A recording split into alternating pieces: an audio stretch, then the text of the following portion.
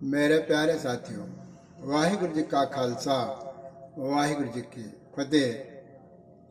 पिछले दिनों पंजाब हम गए थे प्रचार के लिए, इसलिए 2-3 दिन आपके सेवा में हम हाजिर नहीं हो पाए। अब हम वापस हजूर साहब आ चुके हैं और आज के इस पावन विचार के अंदर हम जुड़ने का यत्न करें।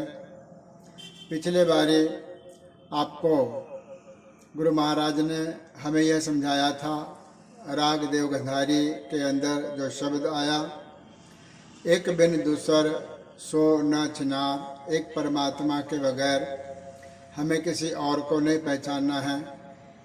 वही भंजन और गड़न करने वाला समर्थ है और करतार है। और फिर कहा गया था कि क्या हुआ, उसको चित्त में बिठा करके बहुत शिला पूजाई, बहुत दिनों तक पत्थर की पूजा करते रहे।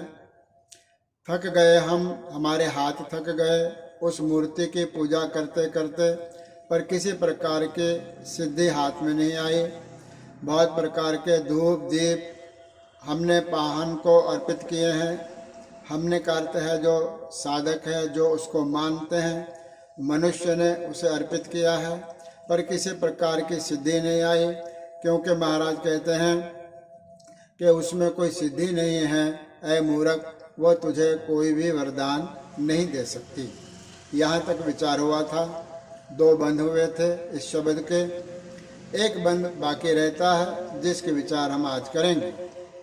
सदगुरु सच्चे बादशाह आगे इस शब्द में यह फरमान करते हैं, जो यह होत तो देत कछु तो है, जो जिय होत तो देत कछु तो है, कर मन बच कर्म विचार। इसका भाव है कि जो का भाव है यदि, जीव होत इसके अंदर, इस पत्थर के अंदर जीव यानी जीव होता, प्राण होते, उस पत्थर के अंदर यदि प्राण होते और देने की समर्था और शक्ति होती तो देत कछु तो है, तो वह तुम्हें कुछ दे सकती थी, पत्थर की मूर्ति।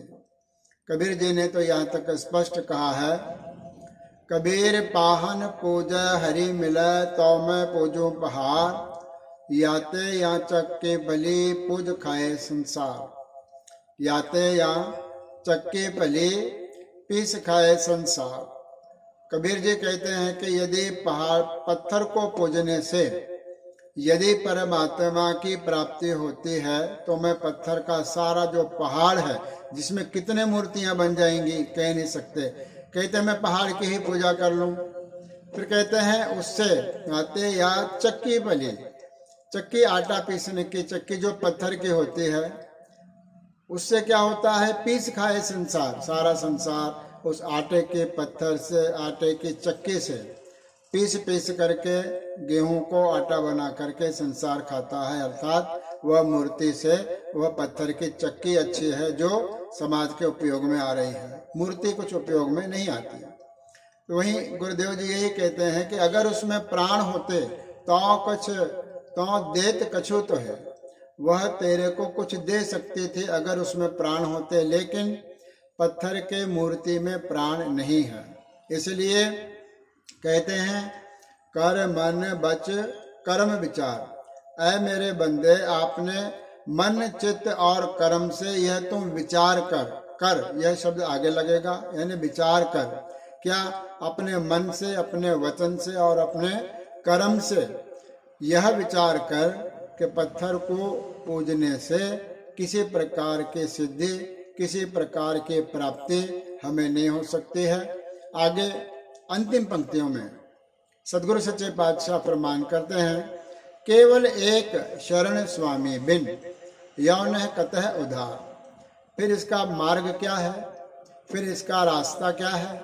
तो कहते हैं केवल एक शरण स्वामी बिन, केवल एक परमात्मा के शरण के बगैर, यानी एक परमात्मा की शरण में जाना, यह इसका मार्ग है।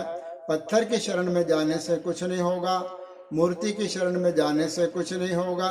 यह बात अलग है।